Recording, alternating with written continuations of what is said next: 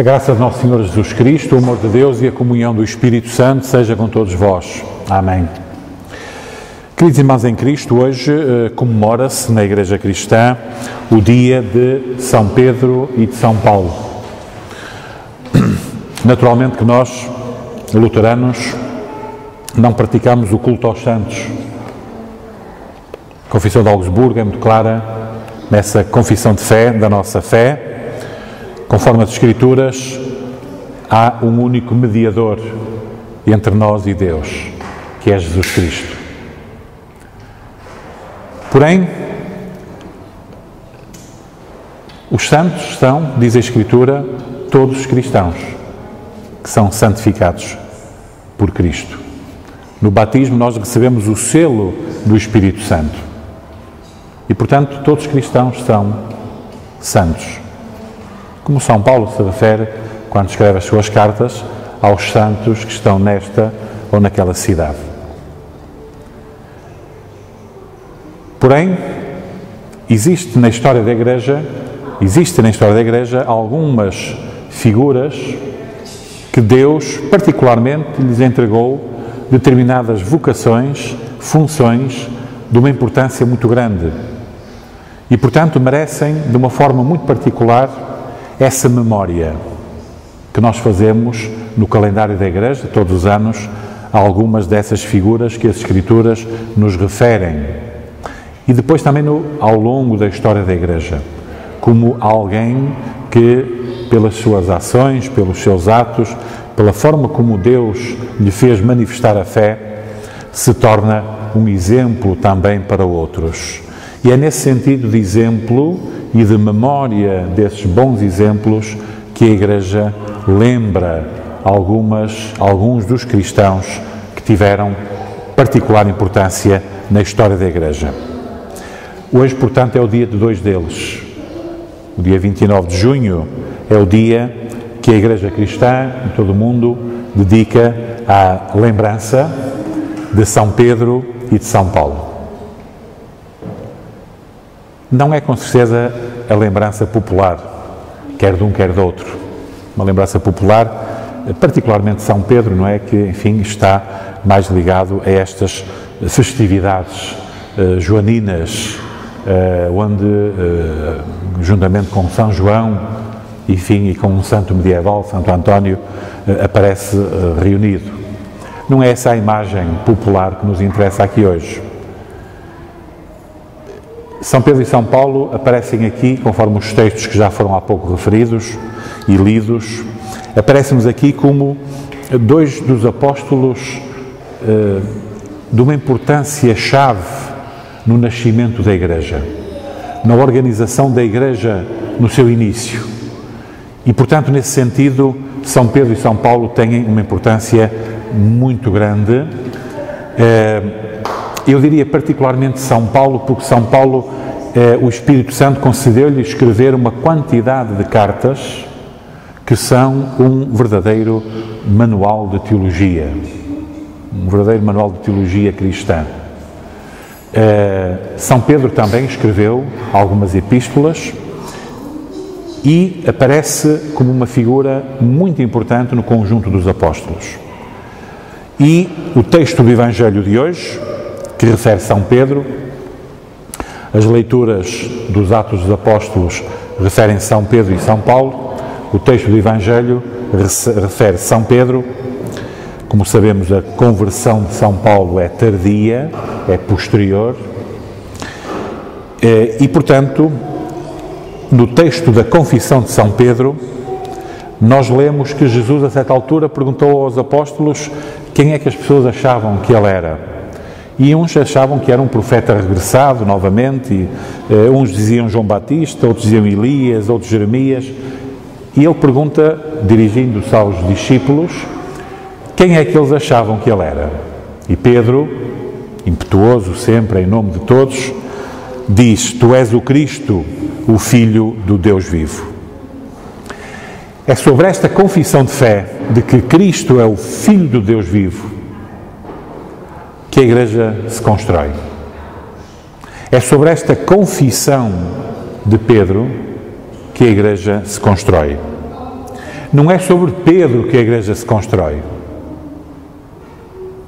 Isso é um equívoco que durante séculos Roma tem construído. Não é sobre Pedro, não é sobre Paulo, não é sobre Tomé, não é sobre Tiago, que presidiu ao Concílio de Jerusalém, como há pouco lemos. Não é sobre nenhum dos apóstolos que a Igreja se sustenta. É sobre esta confissão de que Cristo é o Filho de Deus. E, portanto, Cristo é a pedra de esquina sobre a qual se constrói todo o edifício. A nossa fé não está sustentada em nenhum apóstolo. A nossa fé não está sustentada em nenhum ato de heroísmo que algum cristão teve ao longo da história, por maior que tivesse sido. A nossa fé está sustentada naquilo que Jesus fez. No seu nascimento virginal, no seio da Virgem Maria, na sua encarnação, no seu ministério público, depois na sua morte e ressurreição, na sua ascensão aos céus e na sua intercessão no céu que está a fazer, sentado à direita do Pai. É sobre Cristo, como Pedro lhe disse, tu és o Cristo, o Filho de Deus. É sobre essa afirmação, é sobre essa verdade que a Igreja se constrói. E a Igreja se construiu. Então esta é a importância do apóstolo Pedro, que foi um dos que liderou a Igreja primitiva, juntamente, por exemplo, com Tiago, também, não é? Que presidiu ao próprio Concílio de Jerusalém, esse primeiro concílio da Igreja, no qual nós vamos encontrar Paulo, numa referência muito interessante, porque Paulo tinha andado pelas zonas da Ásia Menor, Grécia e Ásia Menor, com os gentios, como tinha sido destinado também a Pedro, e de repente havia alguns judaizantes, não é? Alguns cristãos judaizantes, convertidos dos fariseus, diz-nos aqui os Atos dos Apóstolos, que achavam que se deveria ainda impor a circuncisão aos novos cristãos dos gentios, convertidos vindos dos gentios. Naturalmente que Paulo reagiu a isto. Basta-nos ler Romanos, Gálatas, enfim, a Epístola da Liberdade, para percebermos que isto era impensável. E então o assunto foi levado a esse concílio, a essa primeira Assembleia da Igreja em Jerusalém.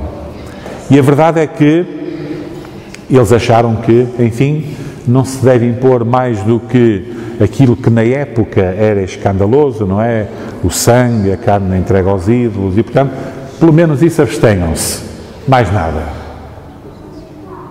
Porque senão o cristianismo voltava a ser uma nova religião de obras.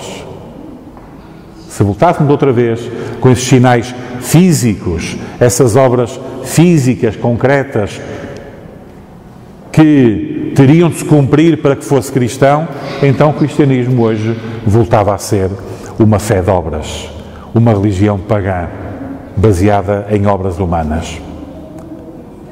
E, portanto, o papel de Paulo no início da Igreja é um papel fundamental, porque é o papel, de facto, de alguém que afirmava, e ele sendo um judeu muito instruído, de facto ele vai levar a mensagem da liberdade cristã aos gentios. E o trabalho dele é um trabalho extraordinário, guiado pelo Espírito Santo. O trabalho de Paulo e daqueles que o acompanharam nessa missão evangelística aos gentios é absolutamente extraordinário. Então nós estamos a lembrar dois grandes apóstolos. É verdade, e temos que destacar isso, porque Deus os fez assim. Deus os fez assim. Aliás, de Paulo, mais adiante, Paulo tinha aquilo que se sabe, ou que não se sabe exatamente o que era, mas que ele descreve como um espinho na carne. E ele pediu a Deus que lhe retirasse esse espinho. O que quer que tenha sido, ele pediu insistentemente a Deus que retirasse esse espinho. E Deus disse-lhe, a minha graça te basta. Vais continuar com o espinho, mas a minha graça te basta.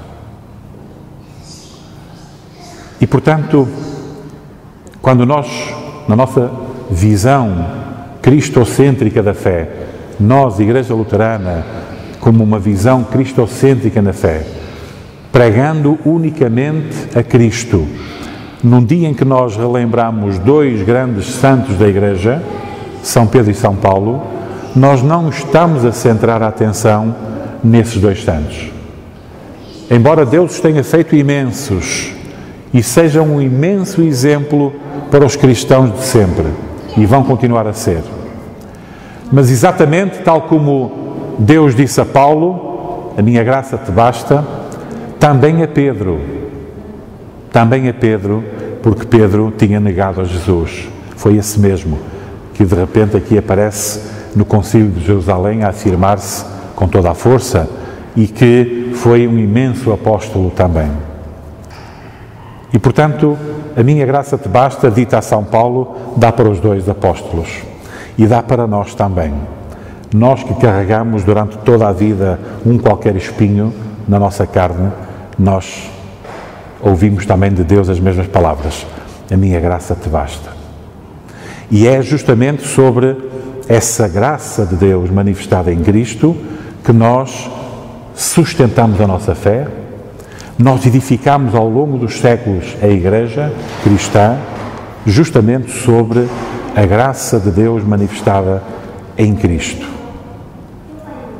E é essa graça de Deus que, mesmo num dia em que nós relembramos particularmente dois santos apóstolos, é sobre essa graça de Deus que nós novamente lembramos e damos graças a Deus por nos ter também trazido pela sua graça para o seio da Igreja e da salvação obtida em Cristo. Que o Senhor nos abençoe, nos faça seguir o exemplo dos grandes apóstolos e das grandes figuras que nos antecederam, lembrando-nos dessa imensa multidão de testemunhas que nos rodeia durante séculos e que vai continuar até ao fim dos tempos, quando Jesus voltar. Vamos lembrar a memória destes grandes santos que sustentaram toda a sua vida na graça de Deus. Amém.